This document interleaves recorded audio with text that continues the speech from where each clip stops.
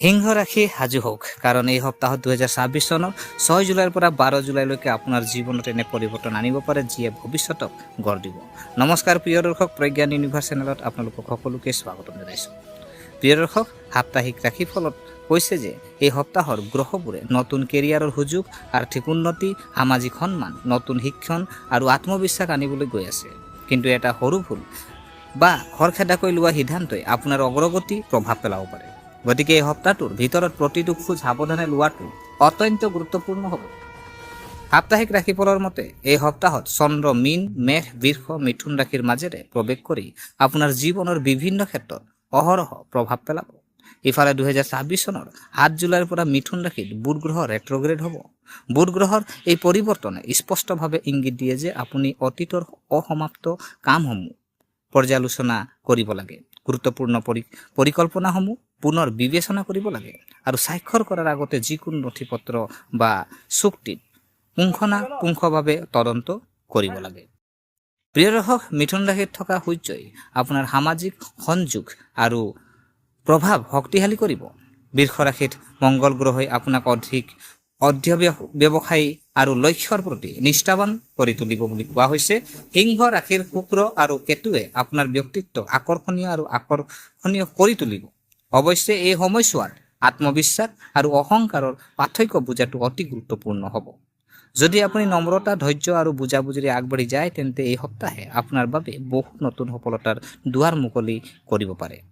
গতিকে এই সপ্তাহত সিংহ ৰাশিৰ বাবে কেৰিয়াৰ, ধন, স্বাস্থ্য, পৰিয়াল, শিক্ষা আৰু প্ৰেম জীৱনৰ ক্ষেত্ৰত কি বিশেষ বাৰ্তা সাপ্তাহিক ৰাশিফলত লৈ আহিছে সেই বিষয়ে আমি বিতংভাৱে জানো আহকচোন।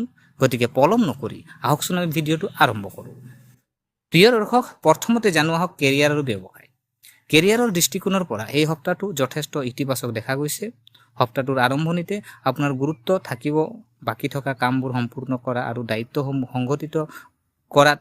যদি কোনো প্ৰকল্প দীৰ্ঘদিন ধৰি স্থবিৰ হৈ আছে, তেন্তে এতিয়া সেইটো আগুৱাই নিয়াৰ এক ভাল সুযোগ হ'ব বুলি কোৱা হৈছে। নিয়োজিত ব্যক্তিসকলে তেওঁলোকৰ ঊৰ্ধ্বতন বিষয়াৰ পৰা সহায় লাভ কৰিব। আপোনাৰ কঠোৰ পৰিশ্ৰম আৰু অনুশাসনে আপোনাক নতুন স্বীকৃতি কঢ়িয়াই আনিব পাৰে। আনকি বহুতে দল এটাৰ নেতৃত্ব দিয়াৰ সুযোগ পাব পাৰে বা নতুন দায়িত্ব ল'ব পাৰে। যদি আপুনি ব্যৱসায়ত আছে, তেন্তে পুৰণি ক্লায়েণ্টৰ সৈতে পুনৰ সংযোগ স্থাপন কৰাটো উপকাৰী হ'ব বুলি কোৱা হৈছে। নতুন ব্যৱসায়ত চুক্তি কৰাৰ আগতে সকলো নথিপত্ৰ ভালদৰে পৰীক্ষা কৰক, কিয়নো বুধ ৰেট্ৰগ্ৰেড আনকি সৰু তদাৰকীয়েও পিছত সমস্যাৰ সৃষ্টি কৰিব পাৰে। সপ্তাহৰ মাজভাগত কাৰ্যালয় সভা, সাক্ষাৎকাৰ, প্ৰশিক্ষণ বা কৰ্ম সম্পৰ্কীয় ভ্ৰমণৰ সম্ভাৱনা থাকে। সপ্তাহটোৰ শেষৰ অংশটো আপোনাৰ পেছাদাৰী নেটৱৰ্ক সম্প্ৰসাৰণ আৰু নতুন মানুহৰ সৈতে সংযোগ স্থাপনৰ বাবে শুভ হ'ব। আৰ্থিক পৰিস্থিতি কৈছে যে আপোনাৰ সাপ্তাহিক ৰাশিফলত এই সপ্তাহত বিত্তীয় বিষয়ত ক্ৰমান্বয়ে উন্নতি ঘটিব কোৱা হৈছে আৰু প্ৰথম অৱস্থাত খৰচ নিয়ন্ত্ৰণ কৰিব লাগিব বুলি কৈছে। যদি আপুনি কাৰোবাৰ সৈতে যৌথ বিনিয়োগ বা অংশীদাৰিত্ব ধন বিনিয়োগ কৰিছে, তেন্তে সাৱধানে সিদ্ধান্ত লওক বুলি কৈছে। পুৰণি ঋণ বা বাকী থকা ধন পৰিশোধ কৰিবলৈ চেষ্টা কৰক। অপ্ৰয়োজনীয় ঋণ লোৱাৰ পৰা বিৰত থাকক। শিক্ষা, ভ্ৰমণ বা কেৰিয়াৰৰ লগত জড়িত কিছুমান খৰচ সপ্তাহৰ মাজভাগত হ'ব পাৰে বুলি কোৱা হৈছে, কিন্তু এই খৰচবোৰ ভৱিষ্যতে লাভজনক বুলি প্ৰমাণিত হ'ব। যদি আপুনি বিনিয়োগ কৰিব বিচাৰে, তেন্তে যিকোনো পৰিকল্পনা ভালদৰে পৰ্যালোচনা কৰাৰ পিছতে আগবাঢ়িব। সপ্তাহৰ শেষলৈকে আপোনাৰ চাকৰি বা ব্যৱসায়ৰ জৰিয়তে আয় বৃদ্ধিৰ লক্ষণ দেখা দিব পাৰে। আনকি কিছুমান মানুহে বোনাছ, প্ৰমোচন বা নতুন উপাৰ্জনৰ উৎসও লাভ কৰিব পাৰে।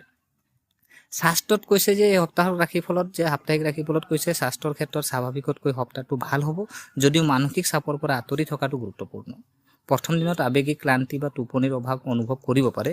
গতিকে পৰ্যাপ্ত বিশ্ৰাম লৈ ধ্যান, প্ৰাণায়াম আৰু যোগাসন কৰি মন শান্ত কৰিব।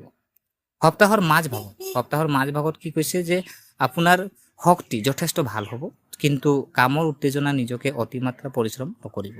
সময়মতে খাদ্য খোৱা, প্ৰচুৰ পৰিমাণে পানী খোৱা, নিয়মিতভাৱে ব্যায়াম কৰক।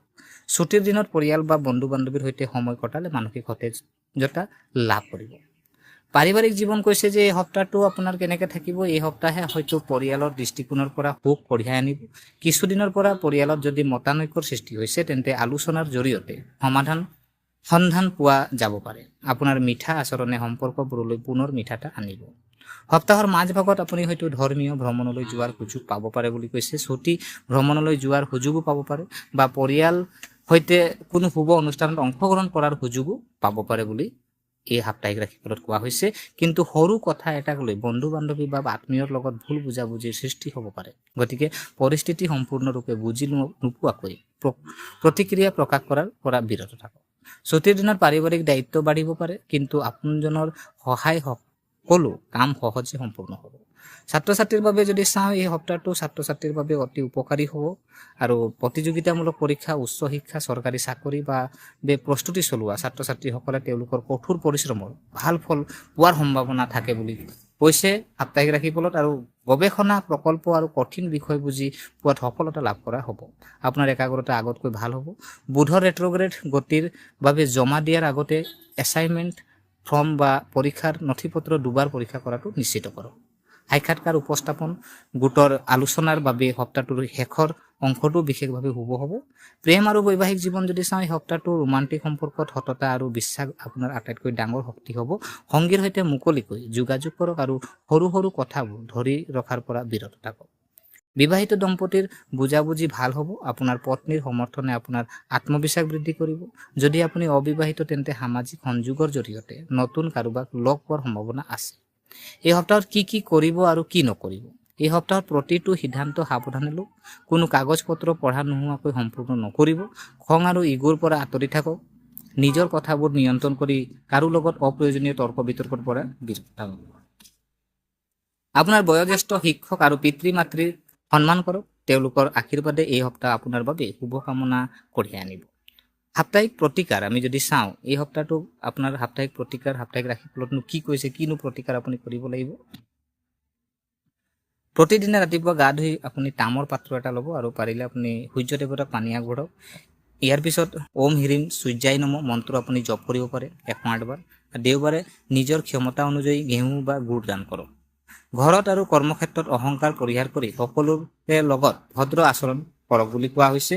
আৰু সামগ্ৰিকভাৱে যদি চাওঁ, সিংহ ৰাশিৰ বাবে এই সপ্তাহত 2026 চনৰ 6 জুলাইৰ পৰা 12 জুলাইলৈকে কেৰিয়াৰ উন্নতি, আৰ্থিক উন্নতি, নতুন দায়িত্ব, পৰিয়াল সুখ আৰু শিক্ষাৰ সফলতাৰ ইংগিত পোৱা যায়। যদি আপুনি ধৈৰ্য, অনুশাসন আৰু ইতিবাচক মনোভাৱেৰে আগবাঢ়ি যায়, তেন্তে এই সপ্তাহে আপোনাৰ বাবে বহু নতুন কৃতিত্বৰ দুৱাৰ মুকলি কৰিব পাৰে বুলি কোৱা হৈছে।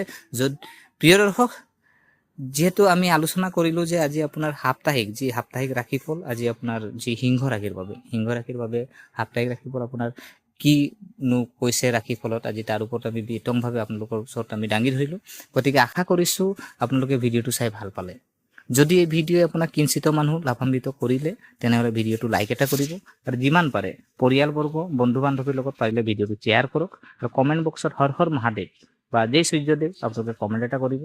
আৰু আমাৰ চেনেলটো যদিহে আপোনালোকে ছাবস্ক্ৰাইব কৰা নাই, এনে ভিডিঅ' পাই থাকিবৰ কাৰণে দৈনিক ৰাশিফল বা সাপ্তাহিক ৰাশিফল, মান্থলি ৰাশিফল আপুনি পাই থাকিবৰ কাৰণে আমাৰ চেনেলটো ছাবস্ক্ৰাইব কৰি আমাক উৎসাহিত কৰিব বুলি আশা থাকিলে পুনৰ লগ পোৱাৰ প্ৰতিশ্ৰুতিৰে আজিলৈ বিদায় মাগিলোঁ। ধন্যবাদ।